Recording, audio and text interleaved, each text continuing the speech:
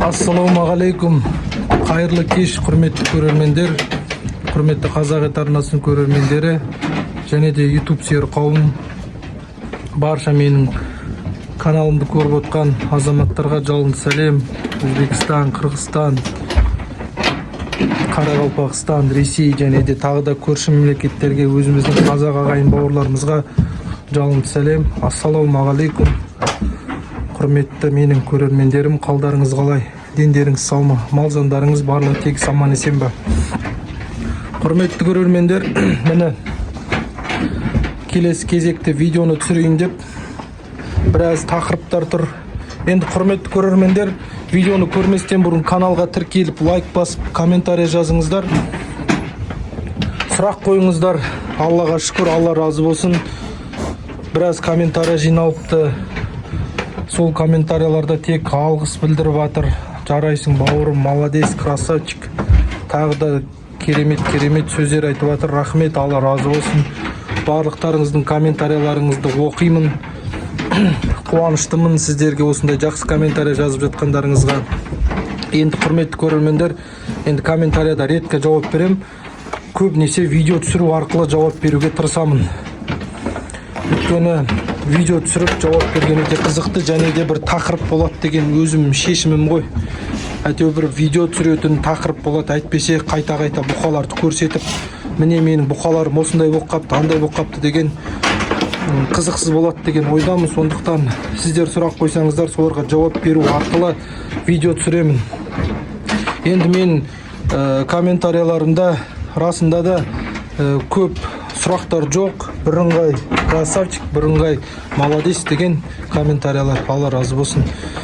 Енді бір комментарияларда жазыпты Әділ ағаның бұқасы туралы.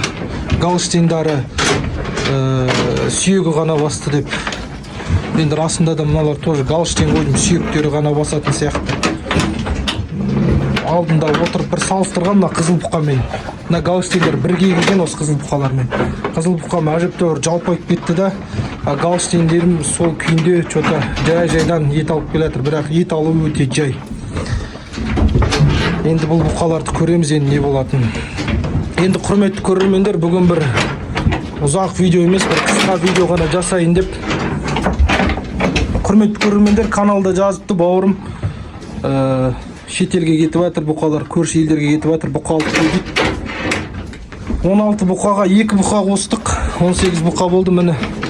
Мына бұқаны алып қойдық, 1,5 жасар, бордақыда тұрған 2 айдай. Жақсы, сейіміз, артқы сандары бәрі толық. Келесі қорада, қазір оны қорадан көрсететін боламын. Енді ағайындар, бүгін сіздерге осы бордақыдан тыс ба, бордақы мәселесіне қатысты ма, бір малға қатысты бірдем айтайын деген. Енді құрметті көрермендер, бізде басқа жұмыс жоқ, осы бордақы және мал сойып, мал тапсырамыз арасында. Болғанда енді қалай шығады, солай тапсырамыз ғой. Енді құрметті көрермендер, ешқашан арзанға іздемейміз. Енді екі жаққа келісетіндей, сатушыға да, сатып алушыға да келісетіндей мал қараймыз. Енді екі жаққа ыңғайлы болсын деп. Өзі саудада адал саудамен айналысқан адамға екі жаққа да бірдей болу керекше. Екі жаққа да бірдей айтып, ыңғайлы қылып, біз пайдасын көретіндей, соя алмайтын, мал соя алмайтын адамдар, өзі тапсыра алмайтын адамдар бағасын келтіріп беріп жатса, нұр үстіне нұр болар еді. Енді құрметті көрермендер, енді басымыздан кеткен, өзі басымыздан өткен бір жағдайды айта кетейін деп. Енді ет тапсырамыз. Ет тапсырған кезде алдында бір жағдай болып қалды да. Енді ол жағдайда айтуға бір шешім қабылдап отырмын. Енді құрметті көрермендер, алдында бір құнажын болғанда, құнажын емес енді, дөнежін деп айтты маған, 3 бұзаулаған деді. Енді 3 бұзаулаған енді дөнежін емес шығар, енді 3 бұзаулаған сиыр болады. Енді сол 3 бұзаулаған сиырды сойдым, 268 килограмм басты, тамаша басты. Енді соны базарға апарып өткізбекші болып шешім қабылдап базарға апардым. Базарға апарғанда көп адамдар қызықты, бірақ салмағы өте көп, ала алмады енді соғымға. Енді құрметті көрермендер, енді 30 күні апардым. Жоқ, 29 күні апардым, шатаспасам. Содан кейін 29 күні апарғаннан кейін енді қазақтар бар ғой, Новый год тойлайтын, біреудің мерекесін қатты жақсы көретін қазақпыз ғой. Енді ақиқатында, шындығында айтқанда ше, енді көбісі демалып қапты, ешкім етке қызықпады.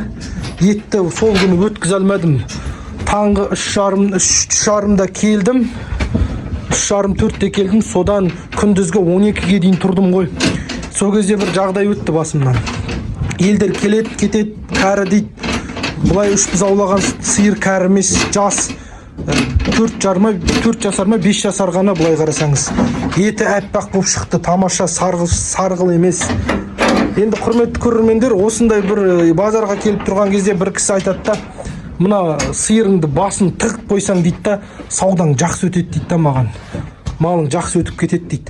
Енді құрметті көрермендер, мен ол кісіге айттым да, адал саудагер дейді да, жәннатқа барады, саудамен айналысқан адам. В общем, бір ауызбен айтқан кезде арғы жақта жағдайы жақсы болады дейді да. Сол кісіге айттым, енді басын не үшін тығам? Ақиқатында адам көрсін, алсын, қанша мүйізінде полоска бар, санасын, көрсін. Сен айтты ма, құнажын деп сата бер дейді да. Жоқ, оны қалай сатасың құнажын деп. До конца тұрдым сол күні. Аллаға айттым, Алла, мені көріп тұрсың ғой, адал сауда қылам, до конца тұрам. Алла енді сынады ма, до конца тұрдым, 12-ге дейін тұрдым. Малым өтпеді. Бәрін айттым, үш біз аулаған, осынша осы басы міне деп. Сөйтсем, саудагерлердің политикасы екен ғой. Барлығы мал сатқан кезде басын тығып қояды екен ғой анау. Басы кәрі көрінеді, несі көрінеді, адамдар алмай қалады деп. Басын тығып қояды екен. Ал мен басын тықпадым. Басын көрсеттім, міне көріңіздер. Шындығымды айтып, ақиқатын айтқан кезде бір кісі кеп қолымды алып кетті. Молодец, бауырым, ризамын саған деп. Бірақ ол кісі ала алмады ше, алғысы келді, бірақ ала алмады. Салмағы ауыр болғаннан кейін. Алланың қалауымен сол күні өтпеді мал. Бірақ Аллаға айттым, Алла, мен біреуді алдап береке таппай-ақ қояйын. Біреуді алдап саудамды өткізбей-ақ қояйын. Не көрсек те көрейік, өтпесе өтпей қойсын, өзім жей салам. Қияметке барғанда жағдайымыз қиын болмасын деп. Сондықтан ағайындар өткізе алмадым. Келесі күні алып бардым. Келесі күні үйтіп жарты тушасын өткіздім. Сосын жарты тушасын әйтеуір бөліп өткіздім ғой. Аллаға шүкір өтті, бірақ қиналдым, арзанға кетті. Арзанға кетті деген кезде, еңбегіміз бар, алыстан сойып алып деген сәл-пәл қиналдық, бірақ сол енді Аллаға шүкір басымыздан өтті. Өзім қуандым, іштей мал өтпегенге уайымдамадым, өйткені мен Алла разы болсын деп, халықты алдамайын деп, сондай шешім қабылдап, сондай бір керемет басымыздан бір ғибратты оқиға өтті. Енді түсінген адам түсінер, түсінбеген енді өзі білер. Осындай жағдай өтті. Сіздер де бастарыңызда сондай жағдай өтсе, шамаларыңыз келгенше адал сауда жасаңыздар. Өйткені адал саудагер ерте қияметте ізгілермен тіріледі, пайғамбарлармен, сахабалармен тіріледі. Біз енді мұсылманбыз ғой, иман келтірген. Қияметті ойлаймыз, арғы жақта не болады, соны ойлаймыз. Сол жаққа азық жинаймыз ғой шама келгенше. Енді құрметті көрермендер, тағы да бір сиыр 4 жасар бір біз аулаған. Құнажында біз аулаған, одан кейін біз ауламаған ғой. 4 жасар 3-тен 4-ке кетті деді хозяин айтуы бойынша. Қазір сіздерге көрсететін боламын. Арғы қорада міне мына бұқаны алдым. Бұл бұқаны 300 мыңнан алдым. 2 бұқа алдым ғой, 300-ден 600 мыңға 2 бұқа алып қойдым. Енді құрметті көрермендер, каналдан алыстамаңыздар. Қазір келесі қораға барып, соларды көрсететін боламын. Ал құрметті көрермендер, міне мынау біздің қара бұқаларымыз. Мына жердің свет замыкать етіп, тупить етіп тұр. Толық балды, Аллаға шүкір. Күйлері тамаша. Екеуі бірге келген, 2 айдай болып қалды ғой. Мені менің қорамдағы алдындағы кісілер сұраған. 2 жасар бұқан қайда, 2,5 жасар ма, 2 жасар ма, өшін бұқан осы. Мойны бәрі жуан. Мені мойны.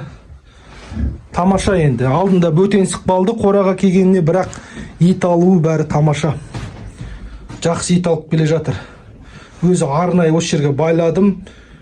Кішкене мінезде бар, қисық мінезі. Міне 1,5 жасар бұқа алып қойғаным. Жақсы, тамаша. Арғы қорадағы бұқадан үлкен. Тышқандар жүгіріп жүреді, сөйтіп зытып. Арғы қорадағы бұқадан үлкен. Күйі тамаша, жемін жеп тұр, жай-жайдан. Жеп жатыр, жақсы жеп жатыр. Міне біздің қысқы запасымыз, арпамыз тартылған арпа 16 тонна алған болатынмын. Ар жақтағы бітті, уже мына жақ қалды. Осы құрметті көрермендер, тағы да айта кетерім, адал сауда жасаңыздар, кәсіптеріңіз адалынан болсын, не болса да. Енді сауда деген бұлай алып қарағанда бұл үлкен өмір ғой. Сауда деген өмірдің ағысы. Саудамен біздің ата-бабамыз айналысқан, олардың ата-бабасы айналысқан, пайғамбарымыз да саудамен айналысқан. Сауда деген сүннет ол. В общем, барлығы саудамен айналысып жатыр ғой, бірақ саудада шамаларыңыз келсін келмесін адалынан болыңыздар. Адал саудамен айналысқан Алла берекесін береді. Алла тағала қиына сынақ қою мүмкін, сауда жүргізбей қою мүмкін, өйткені тексереді ғой сізді. Сол тексерістен өтіп, адалынан айналысып, Аллаға шүкір, берекелі саудалы болсын істеріңіз. Сол айтып кетерім. Адал саудамен айналысқан ағайындар, семьяларыңыз, отбасыларыңыз жақсы болады. Отбасыларыңызға әкеп атқан тамақтарыңыз адалынан болсын. Балаларыңыз жеп атқан тамақ адалынан болсын. Барлығы адалынан болсын. Бір ауызбен айтқан кезде адал өмір сүрейік. Кім не айтса, оны айтсын. Ұрғаным бар, бір ауызбен айтқан кезде самый главный адалынан істеу керек барлығын. Өзім сөйтіп шешім қабылдағанмын, өзім сөйтіп шешкенмін. Маған дейінде шешіліп қойған нәрсе, кім қалай істесе өзі білсін, ешкімге ештеңе айтпаймыз. Бірақ айту парыз дейді, тағы да айтып кетемін, адалынан айналсыңыздар. Не болса да адалынан айналсыңыздар. Міне құрметті көрермендер, жаңағы айтқан сиырым, міне саны қалай семіз. Бір бұзаулаған құнажында, одан кейін вообще бұзауламаған. Енді құрметті көрермендер, саны жалпақ, арқасы бәрі жалпақ, бойы ұзын, ат қорымда тұрмаған. Енді қойдым уже, ат қорымда тұрып жатыр, жем жеп жатыр, бірақ бұл мал сойылып кетеді. Енді құрметті көрермендер, сіздерді қызықтыру мақсатында, сіздер қызықсын деп, адал болсын деп, адал көздеріңізбен қарап, шынайы көздеріңізбен қарап, салмағын айтыңыздар. Енді қорадағы мал әртүрлі болады дейді. Бұлайынан түсірейін, жанынан түсірейін. Кім олсын салмағын дәл табады, сол адамға Каспийны 5000 теңге жіберем. Анау аттан бөлек, атты сояр кезде түсірем, Алла нәсіп етсе. Оны сояр кезде түсірем, сол кезде айтқан 10.000 теңгемді жіберем адамға. Енді оны тәп сояр алдында бір күн бұрын түсірем, Алла қаласа. Өйткені қазір салмақ жинақ қойып, тағыдай елдер шатасы кетіп, дұрысынан болмай қалуы мүмкін. Салмақты айта кетіңіздер, қанша салмақ бар. Тағы да бір көрсетейін, мені құйрығын көтеріп. Санын толықтық осындай. Алдында айтып жүрген ана кісі бұқаларым секіртіп жүрін деп. Енді бұны мен өзім әлі соғым сойған жоқпын. Енді өзіме көптеу болады, ағам бар, бауырым бар. Бәлкім үшеуміз бірігіп сойып аламыз, осыны Алла нәсіп етсе. Кішкене жем жегізіп, жем жалатайын деген бір 5-6 күндей болсын, 10 күндей болсын. Көреміз енді, Алла нәсіп етсе. Алла қаласа сойылады. Немесе базарға да өтіп кету мүмкін, өйткені бұлай қарап, енді сойғанына қараймыз, қатты майлы болып кетіп, өзім андай болады, мясной парада болады, сиыр малы, шылқыған май болады. Егер шылқыған май болып ататын болса, онда өткізіп жіберем. Ал еті мықты болып, тамаша болып атса, Алла нәсіп етсе, өзімізге қалдырып қалуымыз мүмкін. Енді соны қарау керек болып жатыр. Өйткені хозяин айту бойынша семіз шылқыған май деді. Бірақ сонда да алып келдік.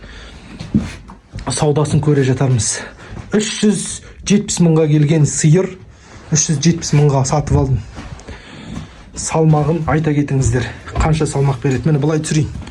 Көріңіздер, әне 2 жасар бұқа толық 2-ден асып барады, даже асып кетті уже. Міне, мынау 4 жасар деді. Қараңыздар. Бойы әжептәуір ұзын. Бұқадан ұзын бойы. Саны бұқаныкімен бірдей. Енді мойын жоқ. Бұқаның мойындай болмайды. Енді осы сиырды кім дәл табады, сол адамға 5000 теңгесіне жіберем. Бірақ құрметті көрермендер, бір шартым бар. Сол шартты орындау керексіздер. Маған подписаться етілген адамға ғана жіберем. Мен комментариядан қарайым, кім маған подписаться етілген. Ал егер маған подписаться етілмей, салмақты дұрыс тапқан адамға мен жібермеймін 5000 теңге. Ал салмақты дұрыс тауып, маған подписаться етілген адамға 5000 теңге жіберем Каспийға.